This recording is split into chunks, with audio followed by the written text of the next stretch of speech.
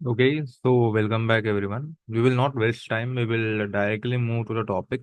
So today we are going to understand about retrieval augmented generation. So previously I have shared many more videos regarding retrieval augmented generation, that is RAG, but that videos were just about the introduction.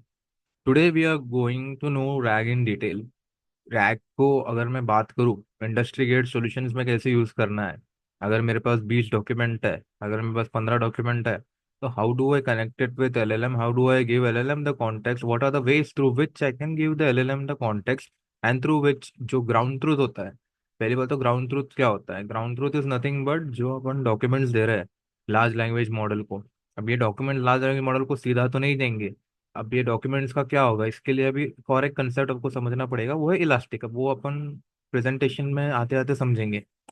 तो पहली बात तो समझते हैं rag क्या है। Rag is nothing but retrieval augmented generation. तो अगर मैं बात करूँ रॉ एलएलएम क्यों इनफ नहीं है, तो इसका बहुत सी सिंपल सा एक्सप्लेनेशन मैंने मैंने प्रीवियस वीडियो में भी दिया था। सबसे पहला प्रॉब्लम है कि एलएलएम जो है, जो कि लार्ज लैंग्वेज मॉडल है, एक certain amount of information, that is suppose an x amount of information 2024 में एलएलएम को ट्रेन किया गया था। तो वो एलएलएम उतने ही इंफॉर्मेशन का रिस्पॉन्स आपको दे सकता है। अच्छा, तो आप बोलोगे यार ऐसा होगा, तो अगर मैं एलएलएम को ये क्वेश्चन पूछूंगा कि 2026 में वर्ल्ड कप कौन जीता, 2026 में फुटबॉल वर्ल्ड कप कौन जीता, तो एलएलएम क्या करेगा इस केस में। तो इस केस में एलएलएम कुछ नहीं करेगा। इस केस में डिपेंड करेगा उस मॉडल को ट्रेन कैसा किया गया है। अगर उस मॉडल को ट्रेन किया गया है गार्डरेल्स के साथ, तो what are guardrails? Guardrails are nothing but this are whole truth elements.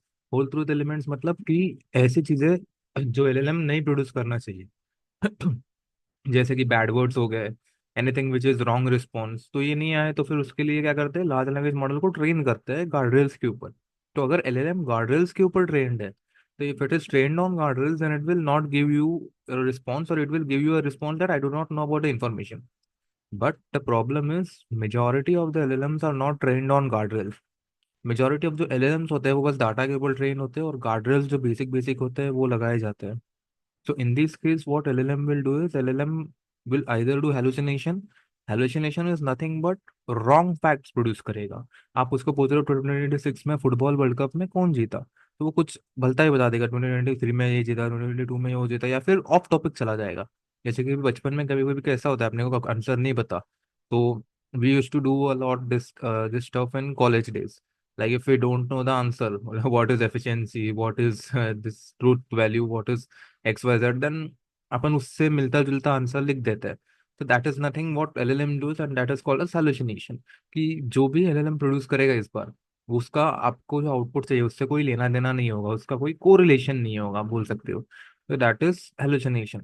Third is private data नहीं है। अब ठीक है, समझो मैं कहा मैंने एक एलएलएम डाउनलोड किया मिस्ट्राल, या फिर एक एलएलएम डाउनलोड किया जीपीटी ओएसएस। अब वो जीपीटी ओएसएस को मेरे को चलाना है। अब जीपीटी ओएसएस को एफिशिएंटली कैसे चलाऊंगा? वो एफिशिएंटली तभी चला पाऊंगा जब जीपीटी ओएसएस के पास मेरा कंपनी का डाटा है। मेरे कंपनी का डाटा मेरे पास है, कंपनी का डाटा ओएसएस को कैसे दूंगा मैं? तो here comes the concept of rag, that is retrieval augmented generation. तो अगर बोले तो इसका एक डायग्राम होता है, वो आप ऑनलाइन जाकर देख सकते हो। Rag is nothing but LLM plus context. Context is nothing but documents. अब इसमें जो डॉक्यूमेंट्स को मैनेज करना है, that is also an another tedious task. वो एक बहुत बड़ा टास्क है। वो हम लोग अभी मैं जो रिसेंट कंपनी में काम कर रहा हूँ, तो उसमें मैं वो काम कर रहा हूँ कि यार डॉक्यूमेंट्स जो है उनको मैनेज कैसे किया जाए, कौन से डॉक्यूमेंट कभी। बिकॉज देखो, जो अपन प्रोजेक्ट्स बनाते हैं, that are either a POC और either a prototype. POC prototype और प्रोजेक्ट में क्या फर्क होता है? पीओसी इज समथिंग कि आपको बस दिखाना है कि अच्छा प्रोजेक्ट ऐसा दिखने वाला है, and you make it like it.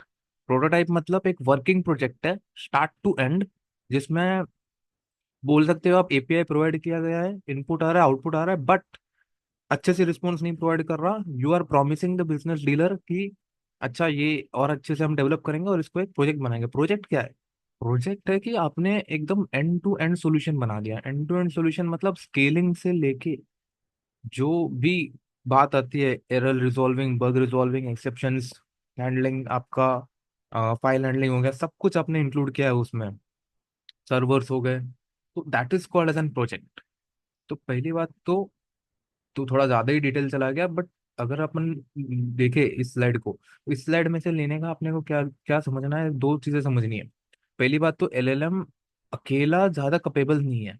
अगर एलएलएम को अपने को एफिशिएंटली यूज करना है, when I talk about efficiently, efficiently जब मैं बोलता हूँ तो एफिशिएंटली मतलब बहुत अच्छे से यूज करना है, अपने डाटा पे यूज करना है कि यार मैं अगर उसको पूछूं कि यार ये मेरी कंपनी है XYZ, उस XYZ कंपनी का प्रॉफिट एंड लॉस क्या है, तो प्रॉफिट एंड लॉस वो एलएलएम को तभी पता चलेगा when I give him the documents, जब मैं उसको डॉक्यूमेंट्स प्रोवाइड करता हूँ। और ये डॉक्यूमेंट्स प्रोवाइड करने का भी एक अलग तरीका होता है। तो चलो चलते हैं अगले स्लाइड पे। तो इसमें आपको बताया गया है वही कि रैक क्या है, रैंक नहीं है, विदाउट रैक कैसे हो सकता है, विद रैक कैसे हो सकता है। सिंपली बताऊँ तो विदाउट रैक अगर आप देखोगे तो मॉडल हेलुसिनेट करेगा, मॉडल रिस्पॉन्स अच्छे से प्रोड्यूस नहीं करेगा, जो आंसर आएगा वो कैसे भी आ जाएगा।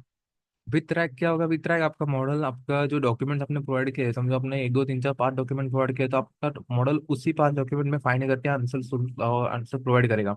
अब इसमें भी बहुत सारी चीजें होती है, तो वो भी पूरा डिटेल में बताने वाला हूँ मैं। आगे देखेंगे तो ये पाइपलाइन, अब ये पाइपलाइन सबसे ज्यादा इंपॉर्टेंट है मैं अगर बोलूँ तो, because this is something which you need to implement in the company where you गो।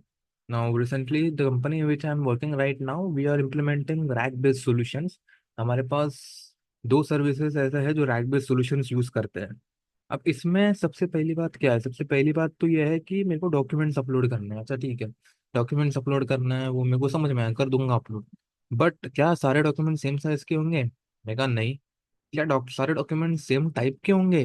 मैं कहा टाइप मतलब क्या बोल रहे हो? टाइप मतलब मैं बोल रहा हूँ क्या सारे डॉक्यूमेंट्स डॉट पीडीएफ ही होंगे, क्या सारे डॉक्यूमेंट्स का एक्सटेंशन डॉट पीडीएफ ही होगा, या फिर कुछ डॉक्यूमेंट का एक्सटेंशन एक्सटेंशन डॉट डॉक्स भी हो सकता है, कुछ डॉक्यूमेंट डॉट टीएक्सटी भी डाल सकते हैं, कुछ लोग ऐसे भी है कि जो इमेज डाल देंगे, होता है, कुछ लोग टेम्पलेट डाल देंगे, टेम्पलेट का अलग फॉर्मेट होता है, कुछ लोग कुछ XYZ डॉक्यूमेंट डाल देंगे। सो इससे मेरे को क्या करना पड़ेगा, इससे मेरे को I need to find at a solution कि यार यूजर कुछ भी डाले, मेरा सिस्टम ऐसा होना चाहिए कि यूजर एक्सेप्टेंस के लेवल पे अगर वो डॉक्स डाल रहा है, पीडीएफ डाल रहा है, तो वो मेरे को एक सर्टेन फॉर्मेट में कन्वर्ट करना है। तो in our case what we did was we converted it in markdown format. The reason we converted in Markdown format, because if you see some, there are some research papers which say that LLM understands the Markdown language very well as compared to other languages. So Markdown format में convert करने के लिए हमने एक library होती है PyMu PDF for LLM, वो use की। PyMu PDF for LLM is an open source library, and I insist you कि जाके आज ही ट्राई कर लो if you want to see this. तो क्या करो, जाके जाके मैं बोलता हूँ 5 डॉक्यूमेंट लो, उसमें पाईम्यू पीडीएफ फॉर एलएलएम लो, अब उसमें चंकिंग करो। अब उसमें क्या करना है, ठीक है। मैं कहा ये देखो, ये पाइपलाइन तो बहुत जेनरिक बताई है उसने, मैं आपको प्रोडक्शन लेवल पे बता रहा हूँ काम कैसे चलता है। ये तो ठीक है, ये मैंने मान लिया, इनपुट लेवल पे सोच लिया मैंने ऐसा होने वाला है। नाउ आफ्टर इनपुट लेवल मेरे को क्या सोचना है कि मैं अभी मेरे पास जो एपीआई आता है। अब आप लोग बोलेंगे यार मॉडल मेरे पास, समझो अभी अभी हमारे हम लोग जो यूज कर रहे हैं that is Nemotron model, Nemotron is 30 billion model. आप बोलोगे यार मॉडल 30 बिलियन है तो Aditya you have a context length, big context length, आपके पास कॉन्टेक्स्ट लेंथ बहुत बड़ा है। But there is a limitation. जब आपको एपीआई बनता है, जब एपीआई बनता है तो उसमें बहुत सारी चीजें होती है। तो आपका जो टोकन साइज है that is max underscore token. Some max underscore token is a combination of your prompt plus your input plus the output which model produce. So you have to also develop a mechanism in which जो ये chunking हो रहा है, जो ये chunking हो रहा है, समझो मार्कडाउन में कन्वर्ट तो हो गया, ये तो फर्स्ट स्टेप है। After markdown conversion what you have to do is you have to distribute it into batches and distribute it into chunks. जो बैचेस में डिस्ट्रीब्यूट किया मैंने, चंक्स में भी मेरे को एक एक्स अमाउंट ऑफ साइज के चंक डिसाइड करने पड़ेंगे कि अच्छा इतने ही अमाउंट के, जैसे कि मेरे टाइम पे मेरे को 8,000 एलिमेंट देते, तो मैंने डिसाइड किया था कि सर 2,500 2,400 के ही कैरेक्टर्स के चंक, टोकन्स के चंक्स होंगे। I am sorry. तो टोकन क्या होता है, token is a set of characters. जैसे कि मैंने चार पांच वर्ड ले लिए तो वो एक टोकन होता है। वो टोकन क्या होता है, आप हगिंग फेस में जाके देख सकते हो, you can play with it, it has an tokenizer name extension. तो आप देख सकते हो हगिंग फेस पे जाके, एक टोकनाइजर नाम की चीज होती है, उसमें अगर आप कोई भी सेंटेंस डालोगे तो you will get to know that अच्छा इसमें कितने टोकन्स है कितने टोकन्स नहीं है। तो चंक करने के बाद क्या करना है, अब ये तो हो गया चंकिंग स्ट्रेटेजी। अच्छा, प्रोडक्शन ग्रेड पे चंकिंग भी हो गया, अब चंकिंग के बाद क्या करना है, मेरे को एम्बेडिंग बनाना है। So for creating embedding, embedding create करना क्या होता है, एम्बेडिंग क्रिएट करने के लिए सबसे पहले मेरे को क्या करना पड़ेगा, एक मॉडल डिफाइन करना पड़ेगा। मॉडल कौन सा? Mini L 6। मिनी एल क्या करेगा, मेरे को एम्बेडिंग्स क्रिएट करके देगा। इसकी एम्बेडिंग्स मतलब क्या होता है यार, एम्बेडिंग्स मतलब कुछ नहीं होता अगर बताओ तो, एक वर्ड को मैं एक नंबर के फॉर्मेट में रिप्रेजेंट कर रहा हूँ, दैट इज एन एम्बेडिंग। अब एम्बेडिंग मॉडल हम लोग तो यूज करते हैं ऑल मिनियलम V6। ऑल मिनियलम V6 से अपन एम्बेडिंग क्रिएट करेंगे। एम्बेडिंग मॉडल का भी एक कॉन्टेक्स्ट विंडो होता है, तो रिमेंबर दिस। एम्बेडिंग मॉडल का एक कॉन्टेक्स्ट विंडो होता है अराउंड 380 के आसपास, और वो कॉन्टेक्स्ट विंडो के अकॉर्डिंग एम्बेडिंग्स क्रिएट होंगे। आपके एम्बेडिंग्स क्रिएट होने के बाद आपको उन एम्बेडिंग्स को स्टोर करना है। अब स्टोर किस में करना है? वेक्टर डीबी में। इधर मजा आता है, because vector DB plays an very important role. आपको रिट्राइवल कैसे करना है ये पता चलेगा कि how efficiently you are storing it. जैसे कि मैं अगर मेरा केस बताऊं, तो हमारे केस में एक सर्विस है। उसका काम क्या है? उसका काम है क्वेश्चन बनाना। उसका काम है क्वेश्चन बनाना। मैं पीडीएफ डालूंगा और पीडीएफ के अकॉर्डिंग क्वेश्चन बनाना। But what challenge we faced, तो चैलेंज हमको ऐसा था कि हमको बैक जाके वो एविडेंस में आना चाहिए। तो अभी मैं अगर उस डॉक्यूमेंट के चंक कर रहा हूँ, स्टोर कर रहा हूँ, एम्बेड कर रहा हूँ, वेक्टर में स्टोर भी कर दिया, but this is about one document and I am talking about an document. Suppose मैंने 100 डॉक्यूमेंट्स डाले, तो how would I know which chunk is from which document? So what I need to do is here, इधर आता है अपना सबसे important concept, that is mapping. Mapping क्या होता है कि मैं चंक और डॉक्यूमेंट्स को मैप कर दूंगा साथ में। अगर मैं पाइथन के लैंग्वेज में बोलूँ, मैप करना मतलब एक डिक्शनरी में स्टोर करना, या फिर एक जेसन में स्टोर करना, या फिर एक डेटा फ्रेम में स्टोर करना। डेटा फ्रेम में मैं क्या क्या स्टोर करूंगा? मैं स्टोर करूंगा डॉक्यूमेंट, डॉक्यूमेंट का नाम, डॉक्यूमेंट किस सोसाइटी का है, डॉक्यूमेंट के साथ कौन सा चंक एसोसिएटेड है, कौन सा सेक्शन एसोसिएटेड है, कौन सी हेडिंग एसोसिएटेड है। नाउ चंकिंग, अगर मैं चंकिंग पे बात करूँ, chunking is a topic which can be further, अपन अगले वीडियो में चंकिंग लेंगे। चंकिंग के बहुत अलग अलग टाइप होता है, I will explain you in another video. उसके बाद वेक्टर डीबी की बात करूँ, तो वेक्टर डीबी में आपने को क्या करना है? Vector dB is storing the chunks. तो अगर मैं बात करूँ, तीन टाइप के वेक्टर डीबी है अपने पास। प्रोमा डीबी है, फेज है, और तीसरा vector DB we have is your Elastic DB, the most famous one. अब इलास्टिक में भी यू हैव टू आइडेंटिफाई कि यार मैं कैसे स्टोर करूंगा। क्या मैं एक ही इंडेक्स में स्टोर करूंगा? क्या मैं मल्टीपल इंडेक्स बनाऊंगा? क्या मैं एक ही इंडेक्स में मल्टीपल पार्टीशन बनाऊंगा, या फिर कुछ और करूंगा? तो ये ऐसा है। उसके बाद ये तो हो गया बेसिक फ्लो, तो मैंने आपको प्रोडक्शन लेवल बता दिया। उसके बाद अगर मैं बात करूँ क्वेरी टाइम, तो क्वेरी टाइम कैसा होता है कि आपसे समझो, अगर आप बना रहे हो, इसमें भी डिपेंड करता है कि what track application you are making. If you are making an RAG application which is chatbot type application, तो आप क्वेश्चन डालोगे, क्वेश्चन डाल के वो आंसर रिट्राइव करेगा, रिट्राइव करके बिल्ड प्रॉम्प्ट मतलब आपने जो प्रॉम्प्ट लिखा है वो हिट करेगा, एलएलएम को जाएगा, एलएलएम को कॉन्टेक्स्ट आएगा, एलएलएम को कॉन्टेक्स्ट आके आंसर मिलेगा। ओके, तो यही ये एक होता है एक रैक पाइपलाइन। आपको इसमें एक एक स्टेप एक प्रॉब्लम स्टेटमेंट है। See, this things look very easy at the forefront, but जब आप प्रोडक्शन ग्रेड में जाते हो, खासकर जब आप एक बहुत बड़ी ऑर्गेनाइजेशन, और खासकर जब आप फिनटेक में जाते हो, where each and every data is very very important, then you understand the essence of this pipeline. Then you understand the essence of understanding each and every step in detail. So let's go to the next slide. So step one is chunking. Chunking मतलब क्या होता है यार? Basically बताओ तो यार, एक बहुत बड़ी फाइल है मेरे पास, तो मैंने क्या किया, मैंने उस फाइल को तोड़ दिया, मैंने उस फाइल को कैरेक्टर्स में तोड़ दिया, मैंने उस फाइल को टोकन्स में तोड़ दिया। जैसे कि मैंने आपको बताया, मेरे केस में मैंने 2000 टोकन्स में तोड़ा था। तो दैट इज चंकिंग। मैंने आपको ऐसे डिटेल में सारे स्टेप्स बता दिए। Step two is embedding and vector store. I think मैंने भी आपको बता दिया, एम्बेडिंग इज नथिंग बट ये आपको। और एम्बेडिंग्स मिलते कैसे हैं? फिर आप बोलोगे कि यार ये जो स्टेप है, इसमें आप बोल रहे हो आंसर आता है, आंसर कैसे आता है? तो देखो, एम्बेडिंग्स कहाँ से आते हैं? एम्बेडिंग्स ड्राइव जो सेकंड स्टेप है, उसमें एम्बेडिंग्स ड्राइव होते हैं कोसाइन सिमिलैरिटी से। कोसाइन सिमिलैरिटी का एक फॉर्मूला होता है, आपको जाके देखना पड़ेगा। वो फॉर्मूला बहुत ही आसान फॉर्मूला होता है, और उसके हेल्प से आपको मिल जाएगा। इस पे आप थ्रेशोल्ड भी पुट कर सकते हो, कि आप बोल सकते हो कि यार 0.5 थ्रेशोल्ड के ऊपर ही एम्बेडिंग्स दूंगा मैं, and everything which you can do. तो ये एम्बेडिंग हो सकता है। एम्बेडिंग, उसके बाद रिट्रैवल हो गया। अब रिट्रैवल में दो तीन चीजें देखनी पड़ेगी आपने को। रिट्रैवल में सबसे इंपॉर्टेंट है, पहली बात तो आप कौन सा वेक्टर डीबी यूज कर रहे हो।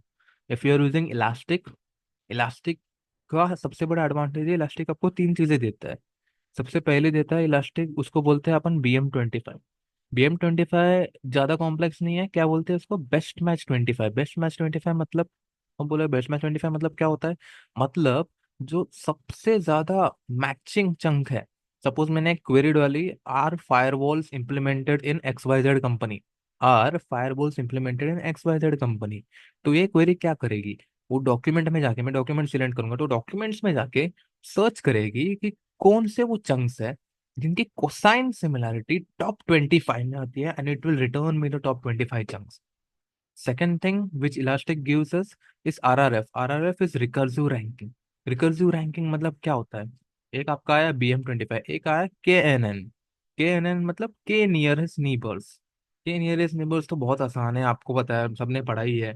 क्या होता है? N=3, N=2, N सेट करेंगे, फिर उसके अकॉर्डिंग अपने को वो आ जाएंगे उतने उतने. तो BM अपना RRF क्या करते हैं, इन दोनों को कंबाइन करता है, and RRF has a certain formula जिसके थ्रू RRF आपको फाइनल रैंकिंग ला करके देता है डॉक्यूमेंट्स की या चंक्स की, depending on what code you right.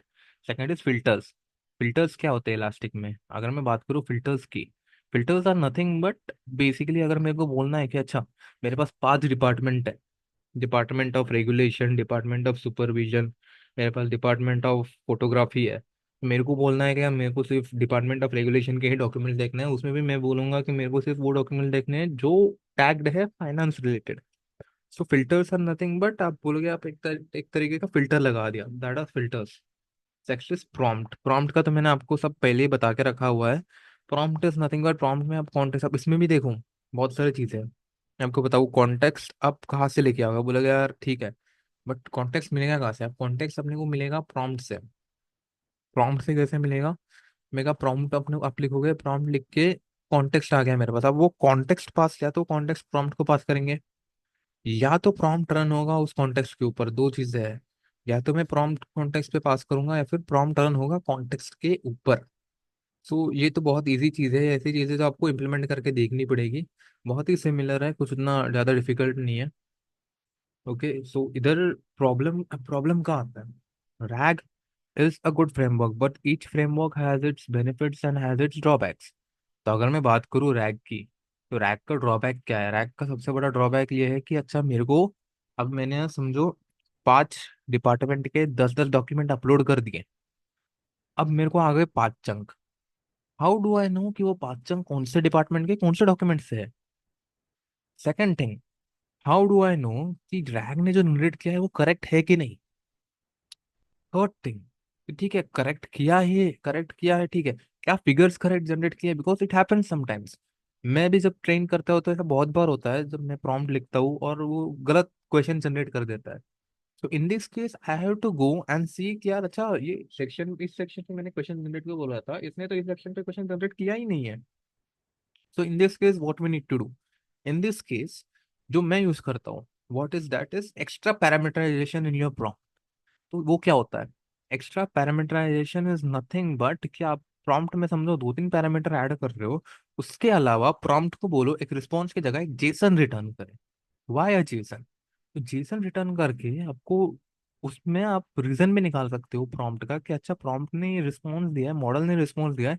तो you can also add an parameter known as reason. You can give the instructions कि अच्छा reason is something, why you give that answer, so you have the reason with you, you have the fact with you, and now convert this JSON into an column. तो आपको reason मिल गया. Reason मिलने के बाद आपको पता चल गया कि अच्छा ये डॉक्यूमेंट्स है, या फिर आप मैपिंग भी कर सकते हो. मैंने मैपिंग भी किया है. मैपिंग मतलब मैंने कौन सा डॉक्यूमेंट है, कौन सा डिपार्टमेंट का है, मैं सिर्फ स्टार्ट में स्टोर करता हूँ. तो that is called as mapping. So mapping is also something which you can do forward. अब देखेंगे रिट्रीवल कैसे. अब ये तो मैंने आपको बता दिया कि क्वेरी रीराइटिंग, हाइब्रिड स्टोर्स, रीरैंकिंग क्या होता है, कोई बड़ी बात नहीं है. उसके बाद होता है एजेंटिक रैग.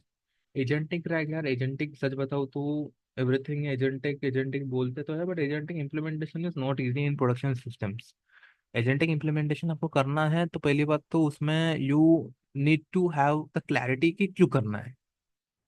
बस एजेंटिक दिखाना है इसलिए करना है, या सच में कुछ एजेंटिक वैल्यू है ना? एजेंटिक रैग मैंने मेरे केस में, I will explain you how do I use something agentic rag. तो मैंने क्या किया था, मैं जब आंसर्स क्रिएट करता है, suppose I uploaded 10 documents of a certain department and it created 10 questions per document, one question.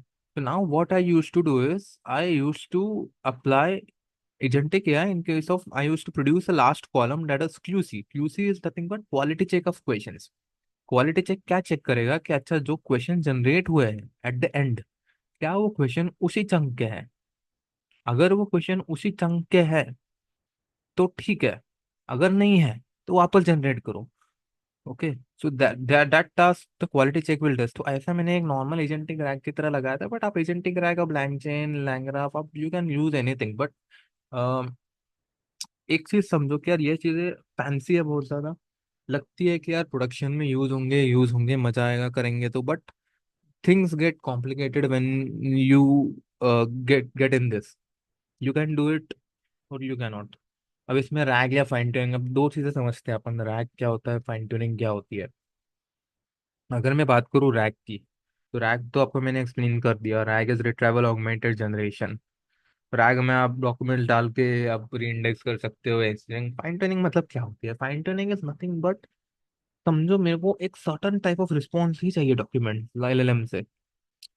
मैं अगर उसको बोलूँ कि what are the stats of Virat Kohli, तो there are many and possible ways कि LLM can return an answer.